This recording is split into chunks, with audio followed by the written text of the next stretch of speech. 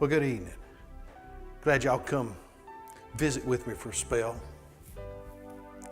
You know, a lot of folks want to know about the war. They want to know what it was like from someone what was there. I reckon that's why y'all come to visit tonight. And so what I'm going to do, try to do is share with you a few of my recollections of that there war in my own inimitable style, that is.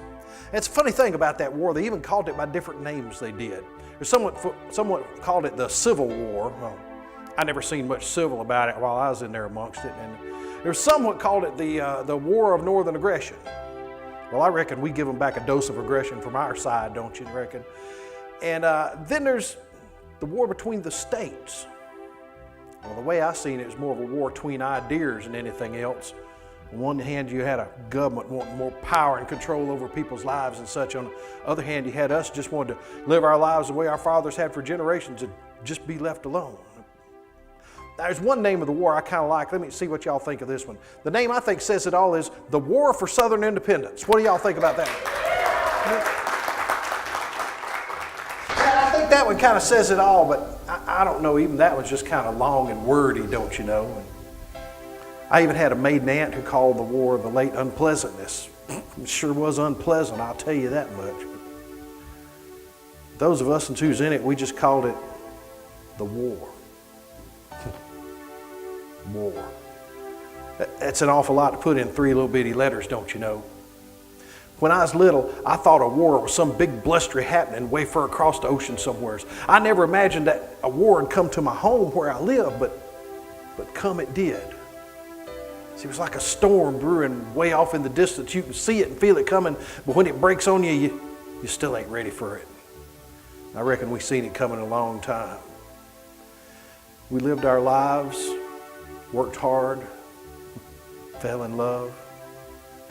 See, all we wanted was just to be left alone, but that was not to be, for that hard storm was blowing down on the South, on our land, our freedom, and our homes.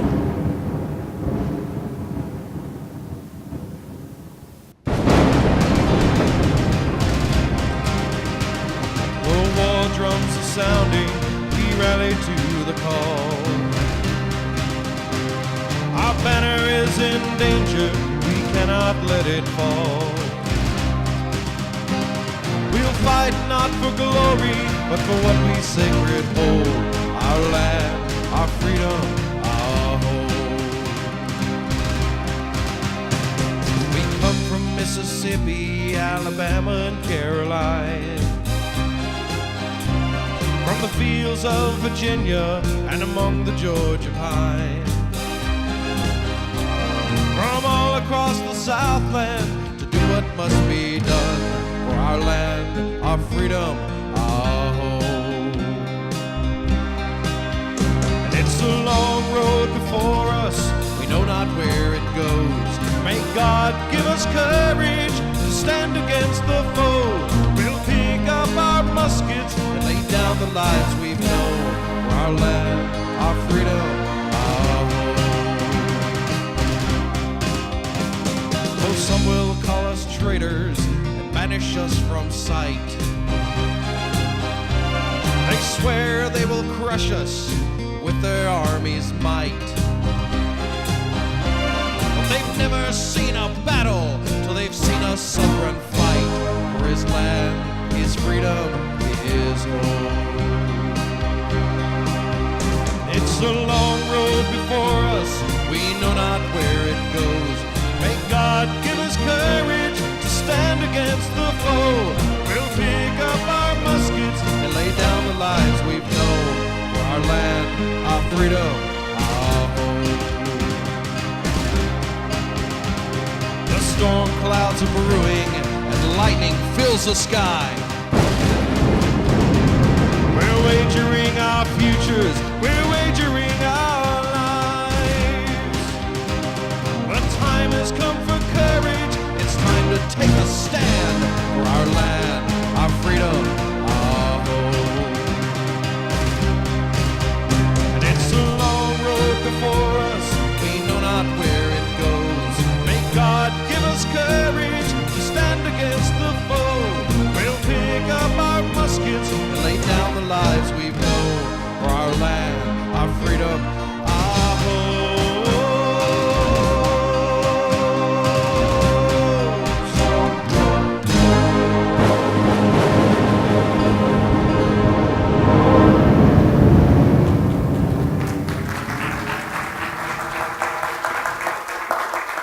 Well, once we heard about the war getting underway and all the states are seceding and such, we resolved to go join up and do our part for the cause.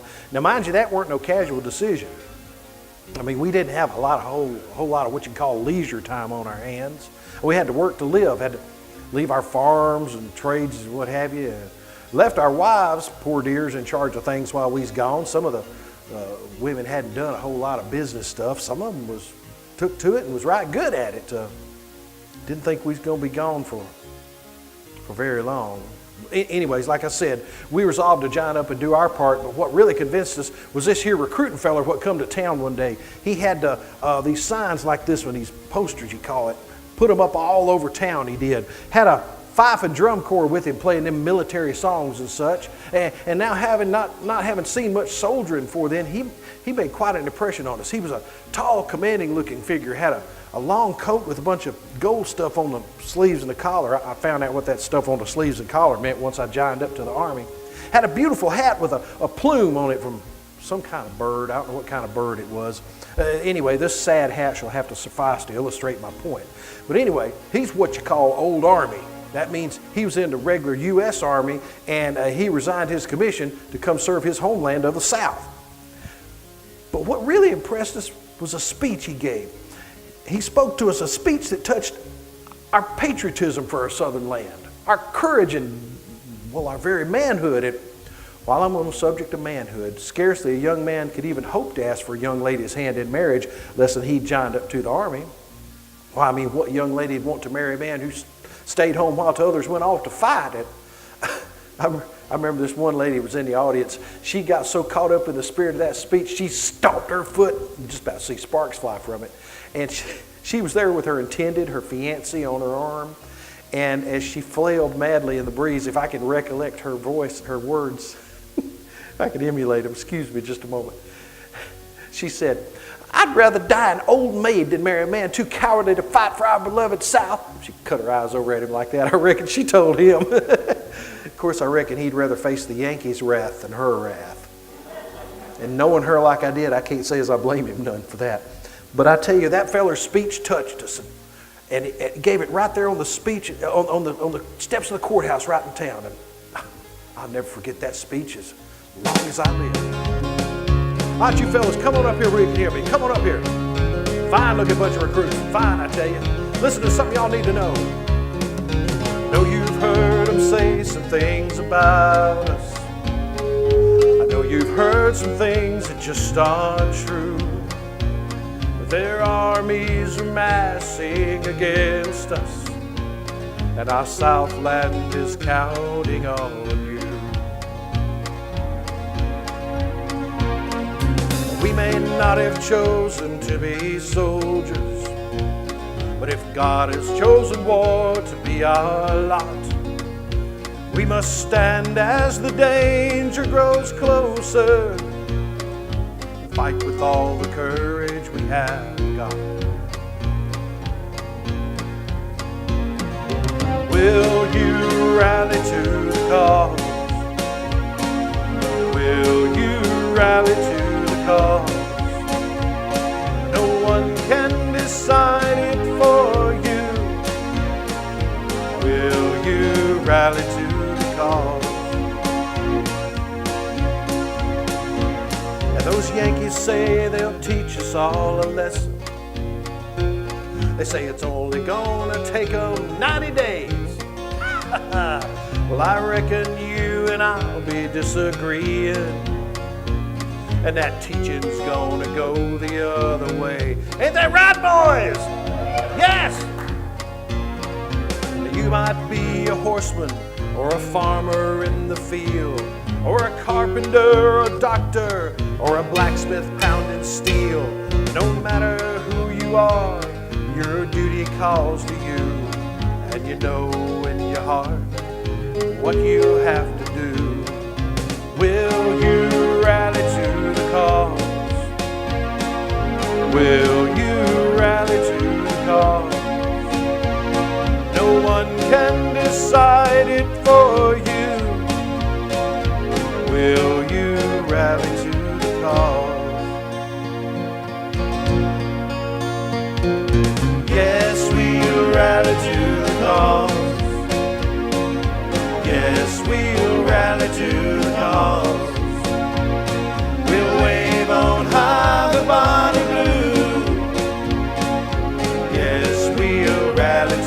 cause. Yes, we'll rally to the cause. Yes, we'll rally to the cause. We know what we all have to do. Yes, we'll rally to the cause. Yes, we'll rally to the cause.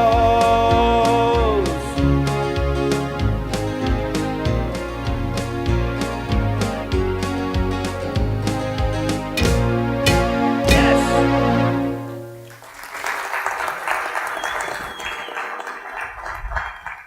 Well, there we was, Confederate recruits. But I must tell you, there's more to being a soldier than just donning a uniform and calling yourself one. Might I beg your kind indulgence, have any of you fellas ever done any soldiering? Ever lived that military life and such? It's harder than it looks, isn't it? There's all that marching and following orders and such. Now, shooting wasn't no problem. No, that's one thing I got to tell you. Most of us have been shooting since we was big enough to pick up a rifle, and a lot of times, as you know, that's how you put something to eat on the table at night. And I will say that's one advantage we had over them Yankee fellas. We could hit pretty much anything we set our mind to. No, the hard part was taking a bunch of independent, strong-willed, do as we dang well please Southern boys and turning them into soldiers. Now, I don't mean nothing against them, but some of the fellas, how to put this delicately, from way up in the woods and the hollers and such, some of them fellas was not sure exactly which foot was the left one and which was the right one. Y'all might know some fellas like that, I don't know. Well, anyways, our sergeant was a brilliant man, at least he thought he was anyway. He come up with an idea I must say had glimmers of brilliance to it. What he done was he stuck hay in one of our shoes and straw into other one. And he called out hay foot for one and straw foot for the other. Now you can imagine how embarrassing that was to those of us who knew the difference. But we all worked on it together, and after a long while we began to sort of look like soldiers. But let me tell you, marching and drilling in the dust and hot sun was far from the chivalrous soldier life I imagined when I joined up. Excuse me, I gotta be going. Hang on, fellas, I'm a-coming. It's in the wrong hand. Now y'all got me doing it too. I ain't never gonna get the hang of this. Isaac and Matthias, Thomas, John, and me, we signed a bunch of papers and joined the infantry. I shook my daddy's hand and bid farewell to mother. I kissed my wife goodbye and marched off to be a soldier. I found to my surprise, camp life was not a thrill. We learned a little soldiery, but mostly we just drilled. We drilled and drilled and drilled from the morning until night. And worst of all, some boys couldn't tell their left from right. Hay foot, straw foot, till we get it right. Right face, double quick, straighten up that line. We've been walking all our days, but not the army way. We pivot left and half the company goes the other way. Lord have mercy, boys. The Yankees gonna laugh at us rather than shoot at us. Might not be a bad strategy now that I think about it. They drill us all the day. Oh, what a grand parade. We turn and wheel across the field and back the way we came. I jined up to fight, not be this sorry sight. But the sergeant said we'll all be dead if we don't learn left from right. Hay foot, straw foot, marching rain or shine. Closed ranks, company halt, front rank, fire! Told you we could shoot. Yeah, I hit it smack dab in the... No, you was the one throwing up... No, I hit it. No, you was the one that was way... Never mind, I ain't got time to fool with you. Come on. Then came that glorious noon. We lined up in review. The sun beat down on our brows and cooked us through and through. The colonel was impressed by our militariness. He took his time right down the line, but we was in distress. The sun, it was so hot, men was a-fainting all about. We were taking heavy casualties and nobody fired a shot. Left flank, right flank, falling all around. I'd call the reserves, but they're passed out on the ground. The colonel looked at us and rode off in disgust. But I'd rather dare the Yankees fire than more marching in this dust. Alright, fellas, let's run at it again. We're a sorry looking bunch, that's the truth right there. Well, will wonders never cease. That's the style, boys. That's the style. That sergeant is starting to wear on the last tattered remnants of my good nature. Enough of that foolishness.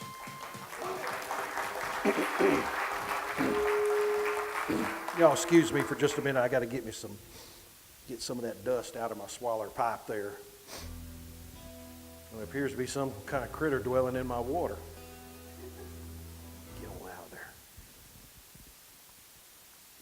there. I think I got his little brother with that gulp. I ain't sure. I think I seen them critters in my rations the other day. Oh, our rations. I got to tell you a little bit about what they feed us. Some of the stuff they give us is plumb pathetic. One of the things they give us is this stuff called hardtack. Some of y'all might have encountered it, but those of you who hadn't, it's about yay big, and it's kind of like a rock. And I bit into a piece of it the other day, and my teeth got in there amongst it, and I felt something squishy inside of it and soft. And my partner said, "What was it? Was it a worm?" I said, "No, I think it was a nail."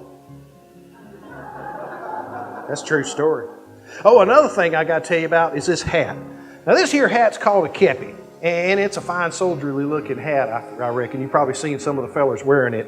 But it weren't long before I got shed of it and got me a good old slouch hat like this one. And kind of kept the sun and the rain off my poor skin up old head. And I think it just kind of suited me better because it gave me sort of a jaunty appearance. I work with what I have here. What can I tell you? Well, anyways, once we got into camp, things settled into a routine. We set out pickets. Now, pickets were fellows who guarded the periphery of the camp. Periphery, that's a military term I learned once I got in there.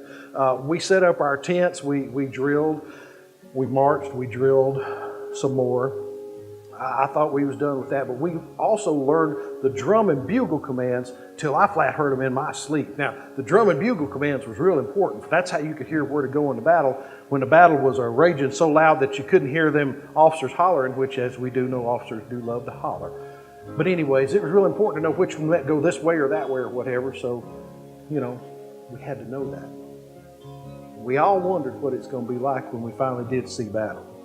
I know I wondered about it. I mean, I didn't want to turn tail and run when the shooting happened and leave all the fellers back there. I mean, the fellas in my company, I'd known them all my life since we was children. I didn't want to let them down, but gotta say we was proud of the way we acquitted ourselves when we finally did see battle.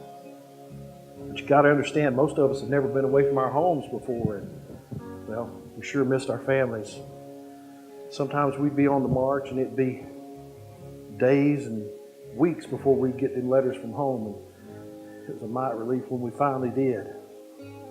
I'd read letters for fellas who couldn't read real good, and sometimes the letters would be from their sweethearts. They would be, how do I put this delicately, somewhat of a personal nature.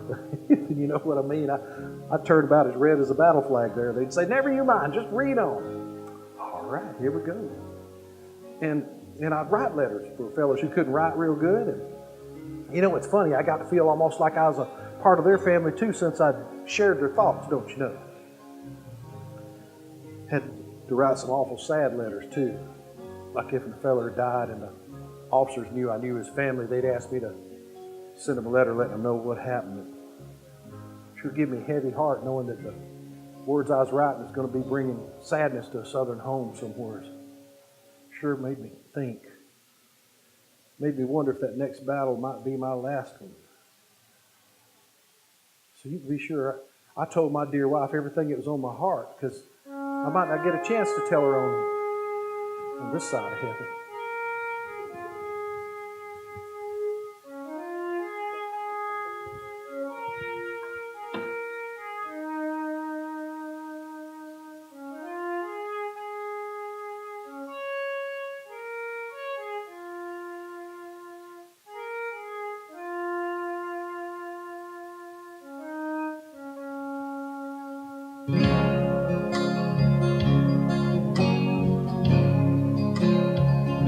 I'm far away from you, my darling, so I'll write these words I hope you'll see. I say a prayer each night for you, I hope each night you pray for me. Oh, my love, we will soon be together. Oh, my love, I will never leave again. We will walk hand in hand forever. This I pray, this I pray.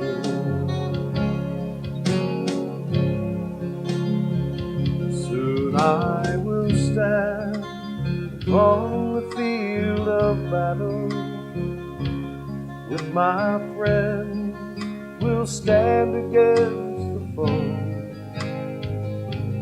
I will fight for you, my darling, and our home, and our home.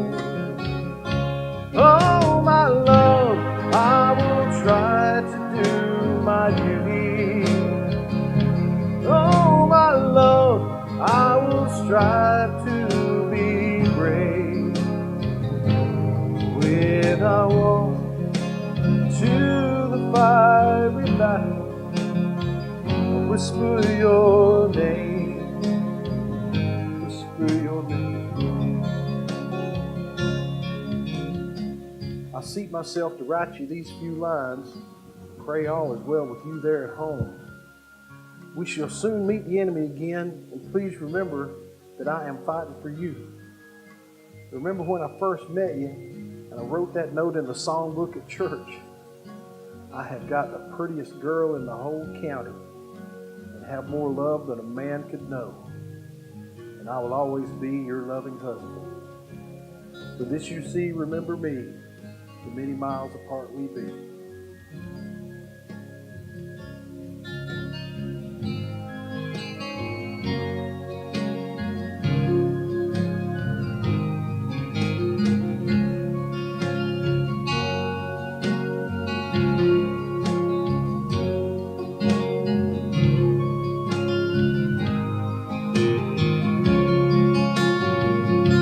Now I must go. I hear the bugles calling. The sounds of battle now echo across the hill. Know this war will not last forever, but our love will. Our love will. Oh, my love, know that you must be lonely. Oh, my love, I long to hold you once more. Speak to me, and I'll feel your love surround me. Where I go, wherever I go.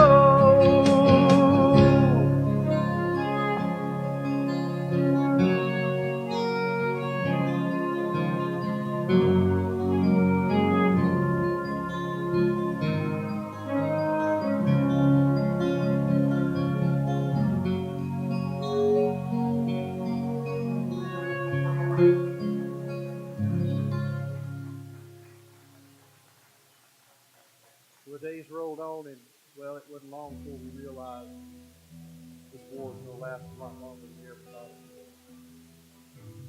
would. Along the way, something happened I got to tell y'all about. I don't know quite how it happened. Somehow, some way, I went and got myself promoted. Oh, yep, they made me a sergeant. They did. Put some stripes over here on me, and I got to tell you, that's as high in rank as I could ever tolerate to ride. I mean, I didn't have no aspirations to command, like some do. Because it's one thing to be a soldier, but it's quite another to have to give orders to soldiers, especially if them orders might be sending them to their deaths. Don't let nobody fool y'all. Fighting a war is awful, terrible business, and it changes men, it does. Like, I seen big, brave men, scared as rabbits, just shivering. On the other hand, I've seen such acts of bravery and courage as I'd only heard about in legends. No, you don't never know what you're going to see or do while you're out on the battlefield. Now, I remember this one time during the battle, our color bearer, the fellow that toted the flag, was wounded and dropped it. Well, without even thinking, I grabbed it and carried it on through the rest of the battle. You see, the color bearer was very important, his position of honor. A lot of men wanted to be the color bearer. For you see, all the men would guide on these colors to know where to go during the battle. So if when they fell, you can imagine the confusion that would ensue. Of course, the Yankees knew that as well, and they'd fire right at these colors. Sometimes we'd lose 3, 4 men or more killed in a single battle bearing these colors. But there wasn't ever no shortage of them ready to pick them up and carry them. Now, after that battle, our commander asked me if I'd like to be full-time color bearer. And I thought about it, I did.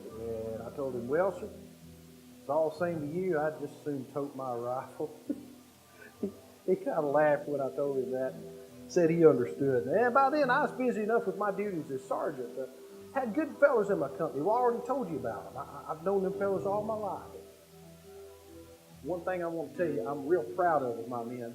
Never at any time did I ever let them steal people's possessions and such. Now, sometimes we'd be days without much of anything to eat at all. We'd have to forage through the countryside for whatever we could find, and we'd pay people what we could and left them alone. But I got to tell you, I seen where worse than that happened. I seen where Yankees come riding through and stole and plundered and burned what they couldn't tote with them. Saw where they left women and little children with nothing to live on, less than nothing. Wasn't no sense in them doing that. Well, I even heard tell one general said he was going to leave a valley so devastated that if a crow flew over it, he'd have to carry his own provisions. And that wasn't far from the truth. I seen it myself. But in all fairness, I got to tell you, some of them Yankees was right nice fellers once you got to meet them. Sometimes our armies would be camped close together in our pickets. Y'all remember me telling y'all about the pickets? Well, they would exchange greetings across the lines, and although the officers rather frowned of it, a rather lively trade would ensue between our two armies. They want some of our fine southern tobacco, don't you know, and we'd want some coffee or what have you, so we'd swap. I remember this one time some Yankees invited us over to play 7-Up. Now, 7-Up was a card game I was real fond of. I beg your kind indulgence. If you happen to speak to my wife or my dear mother, would you please not tell her I was engaged in the occupation of playing cards? Yes, that was rather frowned on at the time, and I would just as soon she not know to what depths I had sunk. So we'll keep that twixt ourselves. Anyways, them Yankees, I told the boys, I said, well, we whooped them Yankees on the battlefield. I reckon we could whoop them at cards too. So over we went, and we was having a right good time. They was right hospitable. They wanted us to tell some songs or stories or jokes that we might have heard. And so I just think they like to hear the way we talk. But their Yankee voices sounded mighty strange to my southern ear. So anyways, it commenced time for us to head back to our camp. About that time, some other Yankees come riding up to take their place on guard duty. Well, they seen all us Confederates sitting around the fire, and they was going to take us prisoner. Well, I didn't know what to do right then. Before I could do anything, them fellows that invited us jumped up and said, no, sir, these men are our guests. You better leave them alone. Well, we profusely thanked them and hastily skedaddled back to the safety of our lines. As we made our way through the darkness, we all agreed amongst ourselves that when the fighting resumed, I sure hope we wouldn't have to shoot at them fellows because they was real nice to us. But them moments of friendship across the lines got fewer and fewer as the war dragged on. And by then, we's veterans. The cowards and shirkers was long gone, and we's hard as nails. For when we hit them hard, just like lightning striking down from the heavens. We kept hoping we could just roll like thunder right on to victory, but you know, we had a lot of hard fighting ahead of us. Not everybody's going to be there to see the end of it either.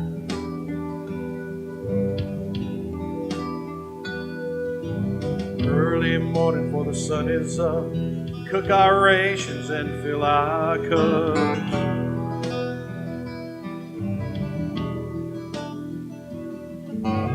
Strike our tents, pack them away. Gonna be marching for break of day.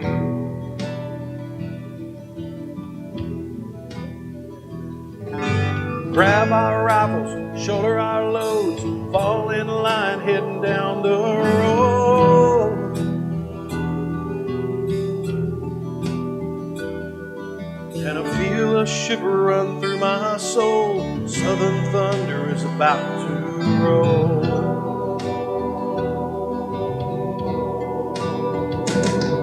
Had no idea what I was in for when I first started in this war.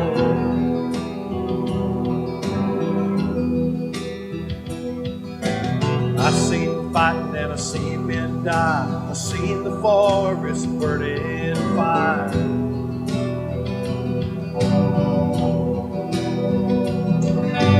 Heard the screams of those who fell, heard rifle and cannon blazing hell. Seen lots of things in the days that's gone. The southern thunder keeps a rolling on. Steady, boys, steady! Fighting in Manassas field to Chickamauga was bloody.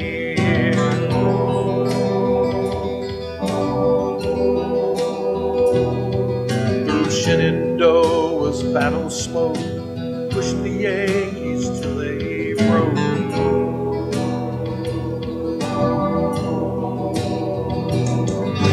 Day after day we battled on, fighting for our land, our freedom, our homes. We're Southern soldiers standing proud, and the Southern thunder rumbles loud. Rally to the colors, boys! Ready!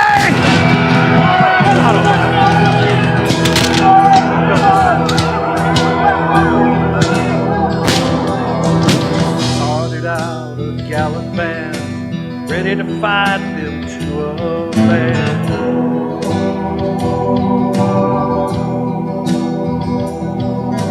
So many friends from childhood days now lie in forgotten graves.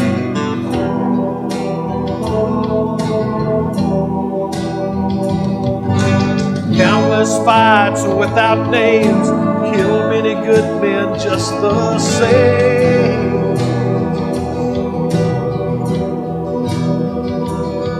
That thin gray wall gets worn away and the southern thunder starts to fade.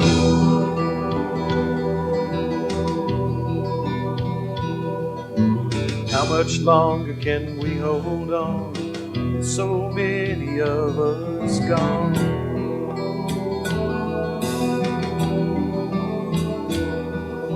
I hear a mourning dove's lonesome cry.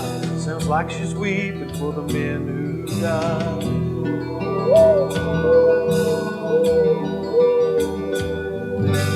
Pray to God to guide our cause. Now I fear it may be lost.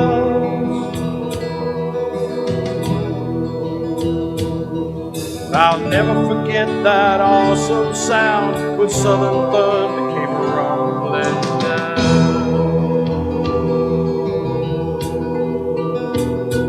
Rumbling down.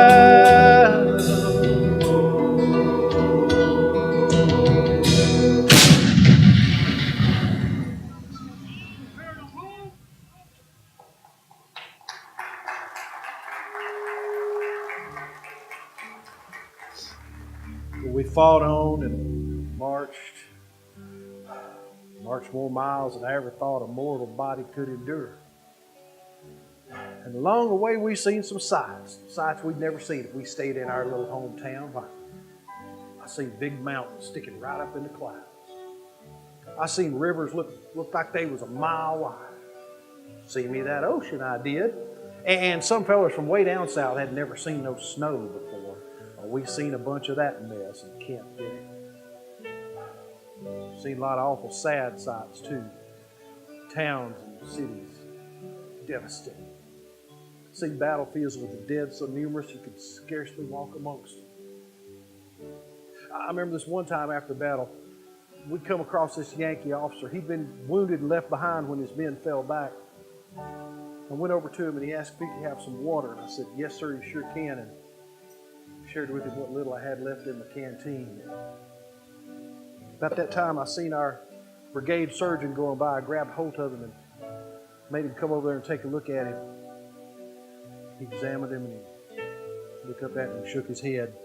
His wounds were mortal and he wasn't going to live for very long. So me and some of the boys picked him up as gentle as we could and set him up under a tree. I don't know why, but I just felt like I needed to stay there with him, talk to him. A little while later, he reached up and touched me on the arm. I could tell he was in a lot of pain. He said, son, are you a Christian? I said, yes, sir, I sure am. He said, would you pray with me, please? And I said, yes, sir, I sure will. See, y'all got to understand, I figure I had a greater duty as a Christian to share him some words of comfort in his last moments. A little while later, he reached in his jacket and pulled out a picture of his wife, like the picture I took with me, a Bible, kind of like the one I took with me. He pressed the items into my hands. He said, would you see that my family gets these and just tell them that I love them. I give him a word of honor. I do the best I could. Sure enough, his name was writ on the inside of it. A little while later, there's a flag of truce between our two armies so we could gather our dead and wounded. And I approached a Union officer with the items he'd given me and handed them to him. He looked at the name on the inside and read it and said, turned out it was a friend of his. Said they even went to West Point together, and he said he was glad that I was there with him and that he wasn't all alone at the end. I didn't know what to say after that. He didn't either. We just kind of stood there sort of staring at each other's shoes, I reckon. And after a while, he come to attention and saluted me. I returned his salute and resumed the sad task of gathering our dead and wounded. Lord, we've been doing a lot of that lately. There's so few of us left of our company that they put us together with some others just to try to make a regiment full strength. So many fellas gone. Names on the roll that don't answer no more. Friends I'd known since childhood, now I ain't going to get to talk to them or laugh with them no more. I can't even remember what some of them even look like no more. But we fought on till one day our travels brought us to a little town in Virginia called Appomattox. Oh, we'd been fighting on and off for days, but we just couldn't seem to get ourselves free of those people. But General Lee, he got us out of worse messes than this in the past. So I was right confused when the order to cease fire come down. I didn't know what to make of it. Then I heard one of the fellows in the ranks say he'd heard tell that General Lee was going to be talking to old Grant about surrendering. Well, boy, I lit into him for spreading rumors like that. But a little while later, our officers come to us and told us it was true. They're going to surrender us. I ain't ashamed to tell y'all, I felt every emotion a man could feel all at once. I mean, I wanted to go home, but not like this. All of a sudden, out of nowhere, all at the same time, I was mad. And my eyes teared up, and I just said, no! We can't just give up, can we not? Not after all that fighting and all our friends what died. A little while later, we see General Lee coming out after signing the surrender. And we all pressed up close around him just to shake his hand or just touch him. There ain't no words for what we was feeling. And he stopped and he talked to us in that clear voice of his. He said, men, you've been faithful to me these many years. I could not sacrifice your lives for no purpose. Now you must return to your homes and become worthy citizens. As that great man sat there on his horse traveler looking down at us, the last tattered remnants of his once great army, you could see the tears just streaming down his cheeks as he talked to us. That's when I knew it was over. And our duty now was to find our way back to our homes. Homes we left what seemed like a lifetime ago.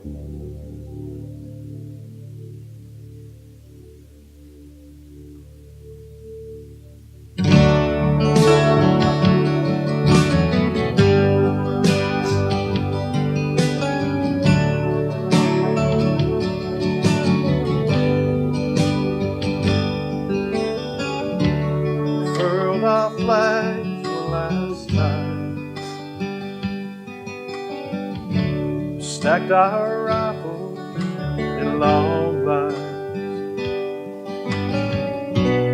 Would have fought on to the last man. General Lee said no.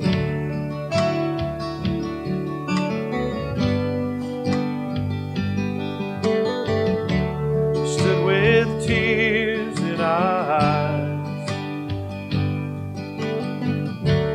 Watched Moss Roberts ride by. Said he'd rather die 1,000 deaths than surrender us that day. Now it's a long road home. Our flag won't fly again. Such a long road home. This cannot be the end.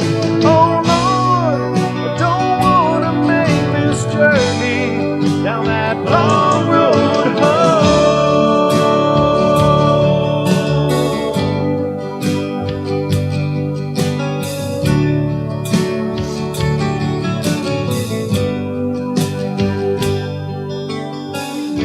We walked till we were just wore out. How many days I lost count. Wanted so to see our families, but we feared what we would find.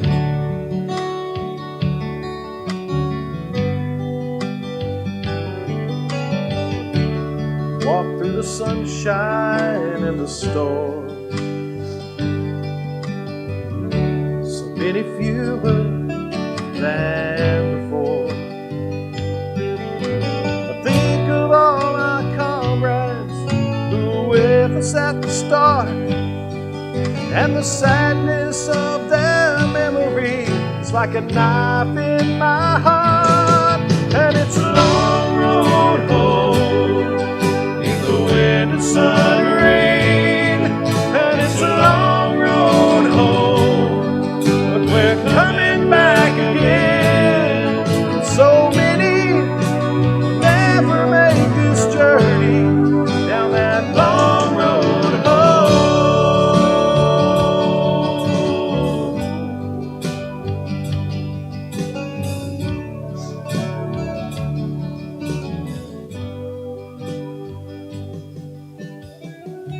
Just a few more miles and I'll be back home, but I don't even know if there's anything left for me to come back home to. I pray the good Lord will just give me the strength to face whatever it is I might see when I do get there.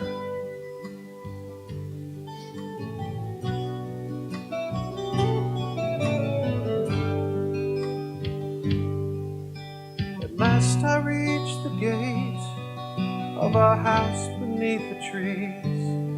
See the windows are broken, the fields are full of weeds, but on the front porch waiting like an angel from above, I see the joyful tears of the woman that I love. That long road home has brought me back again to the wife I left and the land of my kin.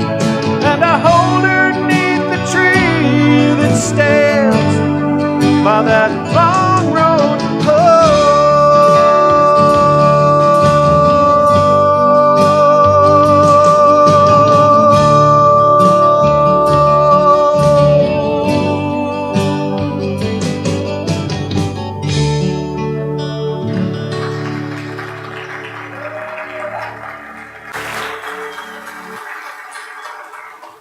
Home. We was home, but it took us a while to realize that just because the shooting might have stopped, the war was far from over. See, our South was now occupied territory, subject to whatever laws them occupying authorities seen fit to impose upon us. Like it if they wanted someone's land, well, they just raised the taxes so much that they took it. People lost houses and farms, and land had been in their family for generations. Some fellas couldn't stand it, took their own lives. Some fellas have got a taste of that, what do you call that? That guerrilla fighting during the war, and they kept right on to doing it. Started robbing trains and banks and such, like them James boys from Missouri. Y'all probably heard of them fellas. I always thought rather highly of them myself. But anyways, we went about those years of Reconstruction. I reckon they destroyed more than they ever could. But my wife and the good Lord says I ain't supposed to bear hatred towards nobody. I mean, after all, the good Lord seen fit for us to survive and eventually prosper, so I reckon I better do what He tells me. The years rolled on. We went about the task of rebuilding our southern land. After a long while, we was able to hold office and vote again. Now, mind you, voting was a duty we took real serious. I mean, if you don't vote, ain't no telling what kind of scoundrels might get elected to office. Oh, and he weren't no scoundrel by any means, but one of the officers of our old regiment, he got himself elected to the U.S. Congress, he did, with a little help from us old soldiers, I might add. And the years rolled on. We founded a chapter of the United Confederate Veterans, and we shared the brotherhood forged in fire on them fields of battle. Nope, I would be remiss if I didn't show y'all one of my treasures. Y'all hold on, be patient. I don't move quite as spry as I used to. Those sweet ladies are the daughters of the Confederacy. Some of them might even be here. There they are. They give me this. Can y'all see this? That there is the Southern Cross of Honor. Now, it's got some Latin writing on it. Now, I didn't get much Latin learning when I was in school. I think I was fishing that day. Anyways, it's got some Latin writing on it. I'm going to read for you. Y'all ready? I can get a hold of it. Here it goes. It says, Dio vindice. That means God will vindicate. I wear it right here on my jacket for special occasions, like monument dedications. The daughters of the Confederacy and all the folks in the town, they got together and they helped raise the money to put a statue up to us old soldiers, and they put it on almost the very spot on the courthouse grounds, on almost the very spot I was standing when I joined up.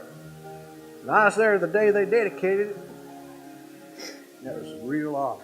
And if I can recollect, the writing on it said something like, "The shout above the battle's roar, they joined the legions gone before.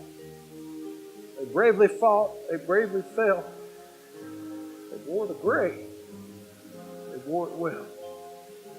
It was mighty humbling to be there that day.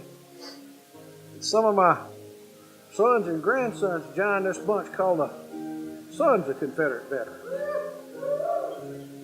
Y'all got a hard road to hoe. I got to tell y'all, something happened to me the other day you ain't gonna believe. One of my grandsons come to me one day, all upset. And his school teacher told him, us Confederates is all bad people. Told him that the war was all our fault and the South hadn't been punished near enough for all the evil we'd done. Poor little fella was on the verge of tears. He couldn't believe his papa was that kind of a person. They're telling lies about us. Lies about our flagging. I knew right then I had one last duty as a soldier to perform, to tell him and all the other children the real reason we fit that war. So I set him down right there on the porch steps. I started telling him everything I could remember. And it's funny, as I sat there with that child, my mind went back in time to them days long ago with our comrades. But we was young again. Like I could feel that fire in Dixie burning in my heart.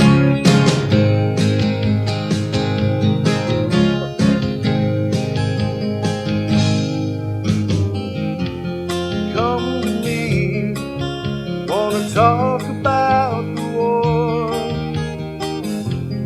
Want to know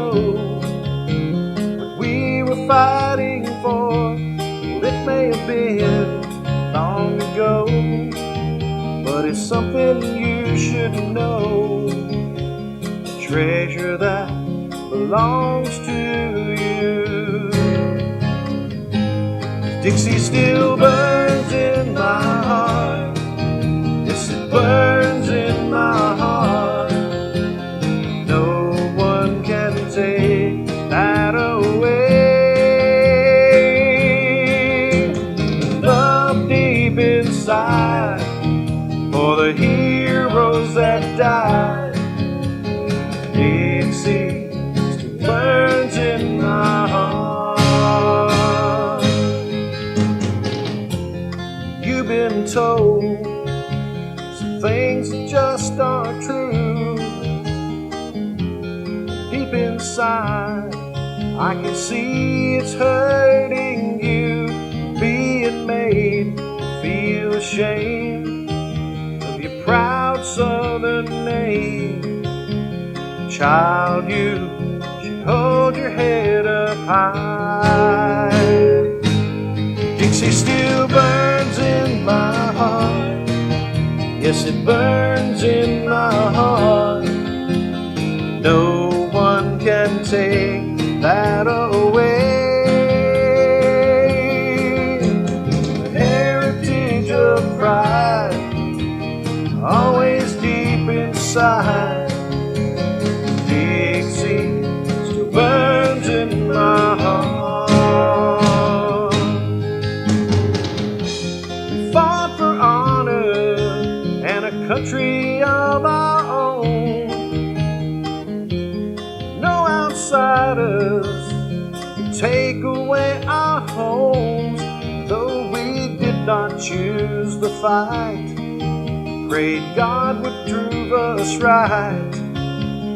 In our hearts, we'll always know the truth. Don't let our flag be stained by people full of hate. Don't ever bring dishonor to your name. As long as you know the truth, there's nothing they can do to change what the flag means to you. Dixie still burns in my heart. Yes, it burns in my heart. No one can take that away. Don't let it be forgot, the cause for which we fought. Dixie still burns in my heart. Soon I'll join my comrades who've gone. It'll be up to you to carry on. Dixie still burns in my heart. Yes, it burns in my heart.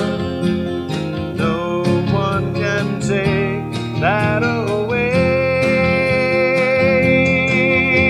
Whenever I see our flags flying free, Dixie still burns in my heart. Dixie still burns in my heart. Yes, it burns in my heart. No one can take that away. May God hold his hand on our southern land. Dixie still burns in my heart.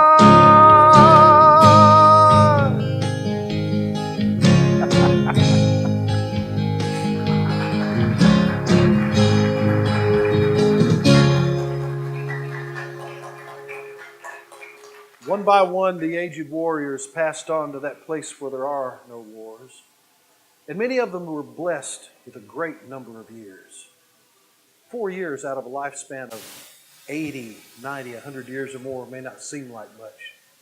But the years of that war changed those men, just as it changed our country. The years rolled on and battlefields were plowed under and paved over. And towns and cities rose where brave men fell. And sometimes the stories of those soldiers were forgotten or taken for granted, or sometimes sadly, deliberately hidden. But not everyone forgot. New generations came along and dedicated themselves to perpetuating the memory of those soldiers in gray. I'll never forget the day I opened a trunk in the attic. See, I always wondered what all was in it, and well, when grandmother passed away, she passed it on to me. Inside I found a tattered coat, a hat, and a ton of dust, probably some spiders in there too, and a bag of some kind. Some papers and a picture of some kind. I'm going to have to put another light up in this attic. It says, "This is the likeness I toted with me during the war." The lady in the picture, I've seen a lady in the picture, in that picture over the fireplace. That's great-great-grandma and grandpa. This is great-great-grandpa's stuff from the war. Well, they've even got a picture in here. But that was took on the day he enlisted. Goodness, ain't no telling what else is down here. Oh, that can't be what I think it is. Look at that. That there is a battle flag. I've heard a flag in this kind of condition. Gosh, this could be worth thousands of lives. The lives of the fellows that followed it into battle. Sometimes this was the last thing they ever saw in this life, and they held it, and they protected it. Now I'm holding it, and it's my turn to protect it. I knew right then I wasn't going to get rid of this stuff or sell it. No, I'm going to share it with my family and the community. I mean, some folks ain't got anything to remember their ancestors by, and I got all these treasures. And then it really hit me. The treasure had been there buried in my heart all this time, just waiting for me to discover. It was my connection to the soldiers in gray.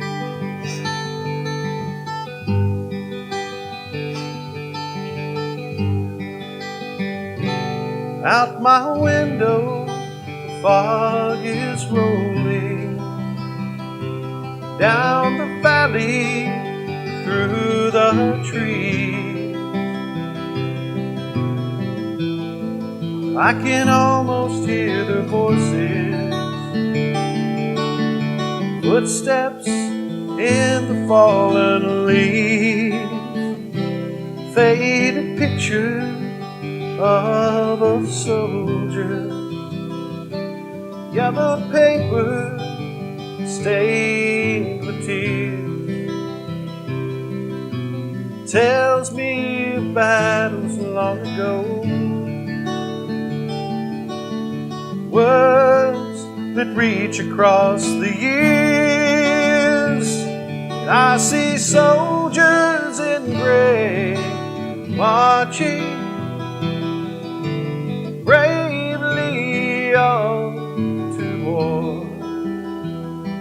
And I can almost hear their songs as they're marching along, marching away forevermore.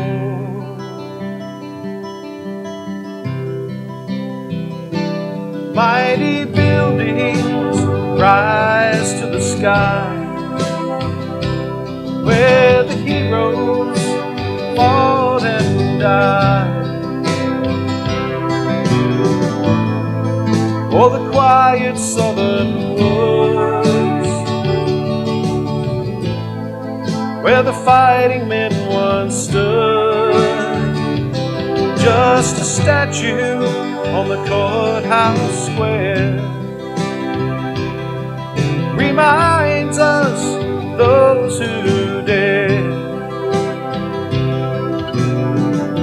stand and fight for a cause,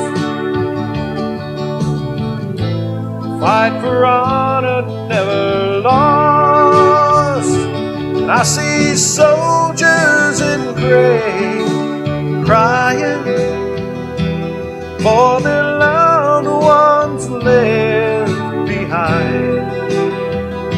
Beneath the cold winter sky, they are saying goodbye, marching away to the fight.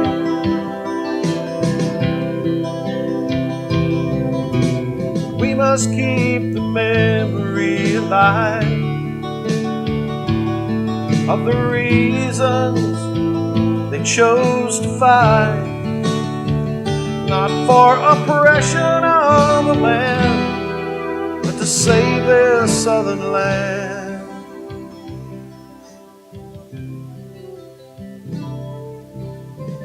I seek myself to write you these few lines and pray all is well with you there at home. We shall soon meet the enemy again, and please remember that I'm fighting for you. Remember when I first met you, I wrote that note in the songbook at church. I have got the prettiest girl in the whole county and have more love than a man could know, and I will always be your loving husband. When this you see, remember me, the many miles apart we be. Well, there it is.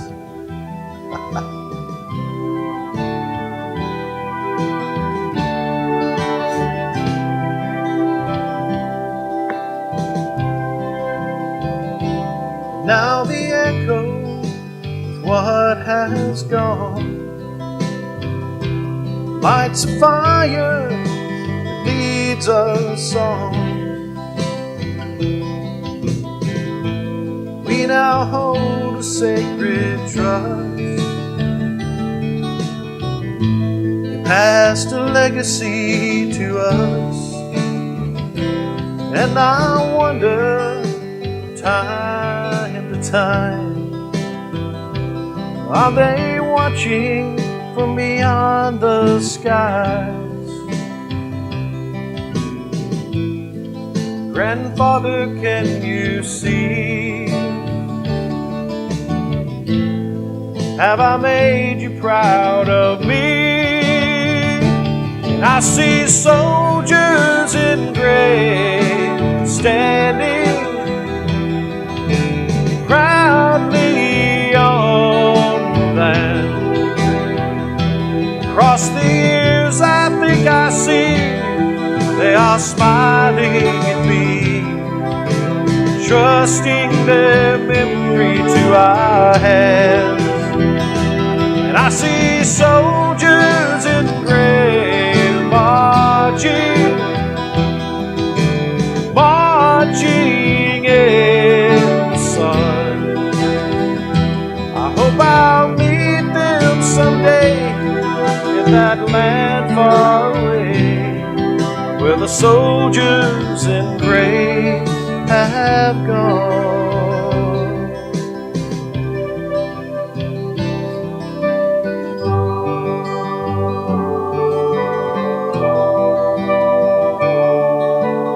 Old times there are not forgotten.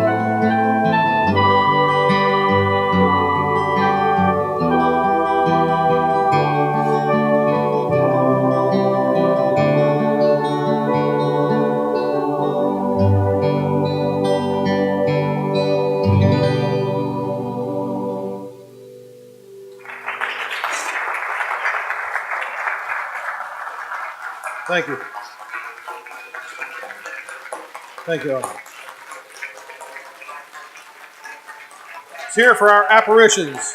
I can see you now. I can see y'all now. Yes. Thanks so very much. Yeah, y'all sit down. I got a couple things to say, then I'm going to turn y'all loose. There's cookies in the back. That's what my cardboard sign says. We'll act for cookies. I want to take just a moment to thank y'all for having us back here. We so much love coming here and doing the play in this historic church. May I beg your kind indulgence, like the old soldier did earlier. Could I see a show of hands of those of you who served our nation's military? Could you put your hand up? Will the rest of y'all please join me in thanking them for their service to our country? That's a very important part of what I do. I do that every time I do this play because you never know who's going to be in the audience.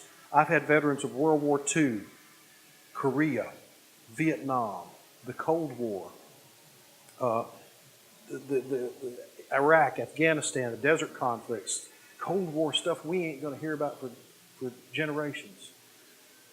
And there, as you well know, there's some people who would take what these people did and represent it as something it was not. And they're sitting right here. We can ask them what really happened. We are here as sons and daughters of the South, as Americans, to tell the story of all the soldiers who are no longer here to tell it themselves. I need not remind you of what's going on. And we meet in this wonderful town that has us every year, and we're so fortunate to have this. And we have people who wear the blue and represent their ancestors, and people who wear the gray and represent their ancestors. And after the war, those Union and Confederate veterans often would meet together. And the fellows in blue, who had been shot at by the fellows in gray, were never offended by that flag. And a lot of times, some of them fellas from North came and lived in the South, bless their hearts.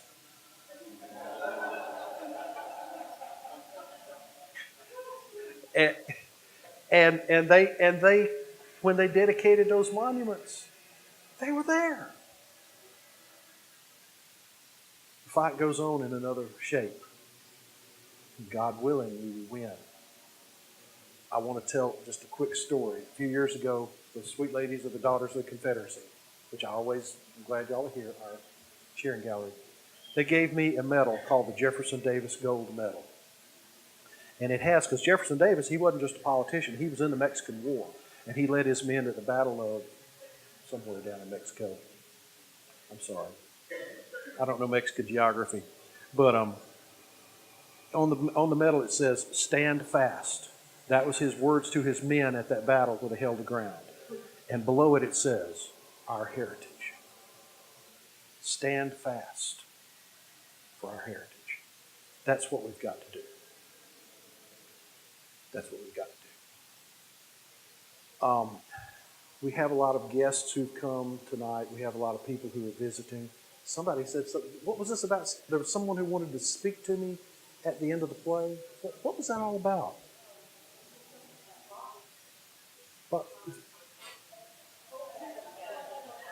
Well, yeah, Bobby Lee. Well, General, I know your nickname is Bobby Lee, but that Bobby Lee.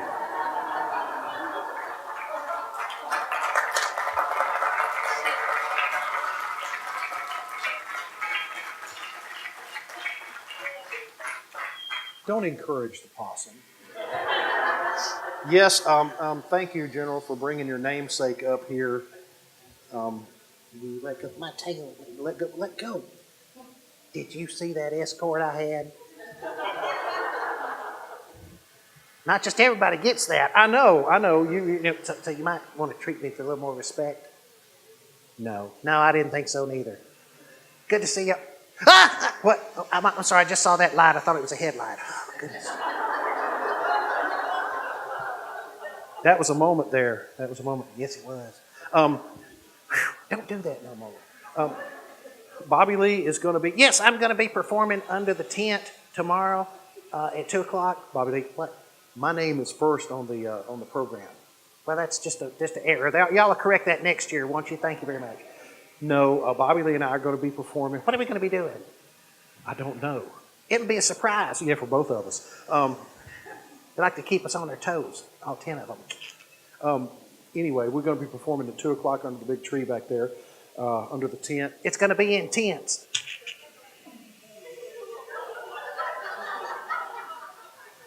See, because we're in. See, I get it. They got it. Y'all are smarter than he is. Which really isn't much of an accomplishment. Come on, Bobby Lee. What is the real reason you came out? Oh, yes. We will have CDs and tapes of the music. We got tapes Yeah. Well, no, 2. of the wonderful music. Where can I get them? That's the worst infomercial I've ever heard in my life. Well, I hadn't practiced. I'm sorry. What's that? Oh, our operator's going to be standing by? No, our operator's injured. Oh, that's right. Miss Kathy's hurt. I told you to not get on that skateboard. You're not playing hurt, you really are. But I do play possum. See, you ain't the only actor on this stage. I know that. I get that. But Miss Jeannie, you're gonna be selling the CDs? Okay, she's got the CDs and stuff. You really have tapes? Yes. Wow, you're old. How many? I can't even count how many there'd be in possum years.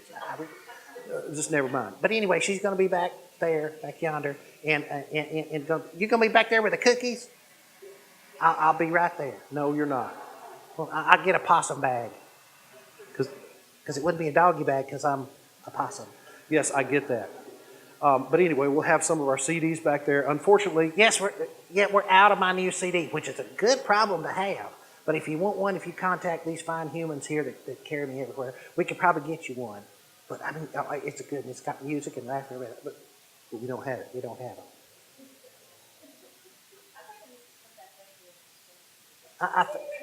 It's time. Okay, time. Okay, I'm getting my back in the bag. Look for Miss Kathy over there. I don't want her limping after me. She was standing on the side of the sidewalk the other day. She couldn't get across the street. Why not? Because she was in that wheelchair thing there. And the sign said walk, and she was just like, I can't do that. Thought we was never going to get across the street.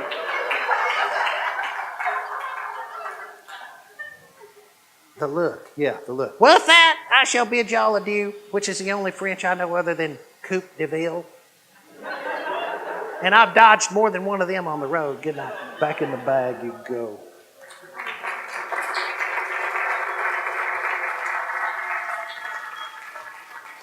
He's more famous than me in some places. Well, anyway, thanks for coming out. Thanks for having us again. As I say, we have wonderful refreshments in the back. Please watch out for the wires. I think we got them taken down. Thanks again. Once again, I can't stress how much I'm so glad that this event's still going on. You're still having it. You got these wonderful people. I want one more hand for the organizers and all the folks who work so hard to do this event every year.